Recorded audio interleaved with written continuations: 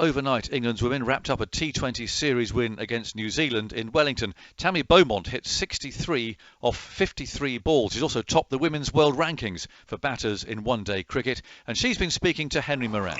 Yeah, we've put in a couple of really good team performances, and the bowlers were brilliant in the first T20, and we got a little bit of pressure today with kind of Amy Satterthwaite and Amelia Kerr picking up a really good partnership, but the way Freya and the others came through was really good for the team.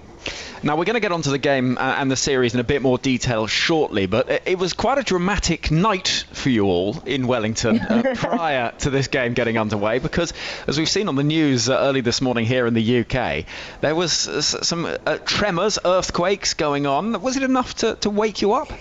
Yeah, our players group was kind of kicking off at 2 in the morning, seeing who'd woken up and if anyone was going to get back to sleep and kind of what was going on. I thought someone was trying to break into my room at first, but then I realised the wardrobe doors were sort of shaking, and it lasted for about 20 seconds.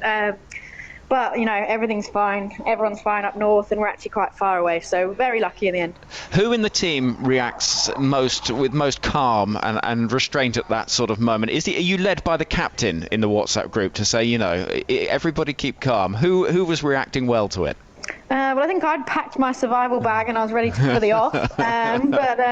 Yeah, actually it was young Izzy Wong was straight on Google, found out it was an earthquake, found out it was miles away, shared that news. And then a couple of the coaches kind of said, if it happens again, get under a table and stay there until after. But yeah, there's a few that slept through it, I think. Some of the younger ones managed to sleep straight through it. That's the thing of youth, isn't it? Thankfully, everyone's okay, and it sounds as though the situation is all right in the rest of New Zealand as well. So on to the game, Tammy. 124 was the target. More runs for you in the run chase, 63. That's 364 across the 7 innings of the tour. You've been recently named the #1 ODI batter in the world. Things have gone pretty well in the last few weeks. How are you finding it? Yeah, I mean, certainly probably not quite expected, but yeah, it's gone really well. Really happy to be contributing to the team, and yeah, particularly that ODI series, to kind of play some of the knocks I did that were kind of, you know, making sure I was doing that anchor role and not giving my wicket away, and seeing the team bat around that was great. So yeah, I mean, it's been a good couple of weeks, and it's good that the team performances are kind of pulling through as well. What's it like being #1? Does it feel any different? It's a bit surreal, really. I think I found out the night before the first T20, and it was an amazing thing because it's always been my dream to be #1 in the world, and got so many lovely messages, and everyone in the team was really congratulatory. But it was weird because obviously going into a different format, it kind of didn't mean that much. Like, you know, I'm not the #1 T20 player in the world.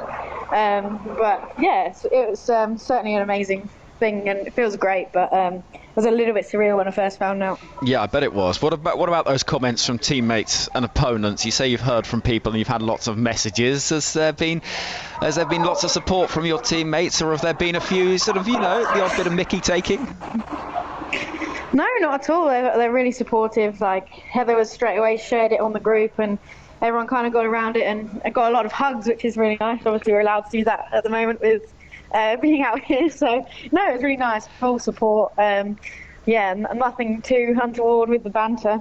Well, it's richly deserved, because, you know, it's not been necessarily, you know, a straightforward journey in the last couple of years. Moved around the order a little bit, but opening the batting, exactly where you were when England won the World Cup in 2017. Do you feel, you know, as you approach a significant birthday next week, do you feel perhaps that you're in the most sort of happy place that you are, both in the side and where you're batting, and also with your cricket at the moment?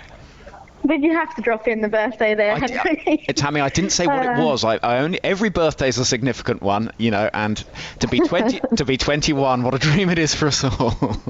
But no, I think it's you know, I've been pretty settled in how I go about my ODI game for a long time now, and I'm really happy with how that kind of goes, and really know my game inside out. So yeah, I guess the way it's kind of come off on the pitch has been really good, and yeah, kind of just nice to see that the hard work pays off a little bit, and yeah, very happy with kind of how my cricket's going, and hopefully that will transfer into kind of my T20 form, and hopefully keep getting doing the job at the top and being really aggressive in T20 cricket as well.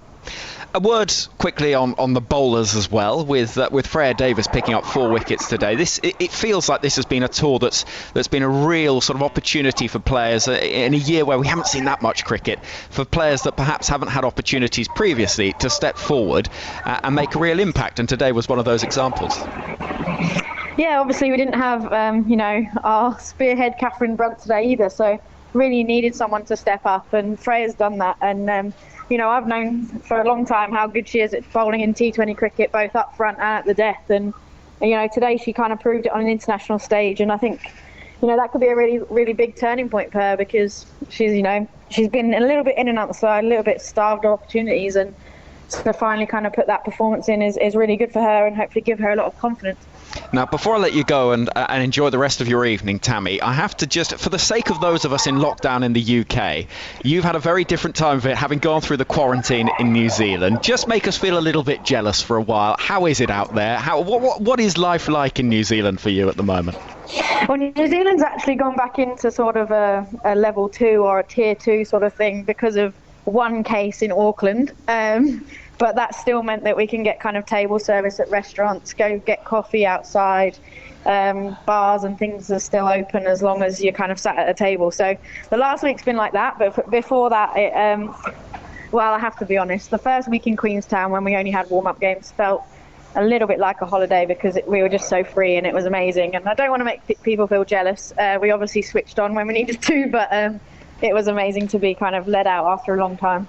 Well, Tammy, many congratulations, and certainly here there's been a huge amount of impressed reaction from the form, not just of the England side, but particularly from the amount of runs that you've scored, 364 across 7 innings. Thank you for taking the time to join us late in the evening in Wellington, and best of luck on Sunday. Is it early on Sunday morning for us in the UK? I think the final game of the tour, is that right? Yeah, I think it should be 6 a.m. in the UK. Okay, well we'll be up and about, and we'll be following it. So Tammy, thank you very much indeed, and many congratulations on another series win. We'll keep an eye out for how the rest of the series goes as well.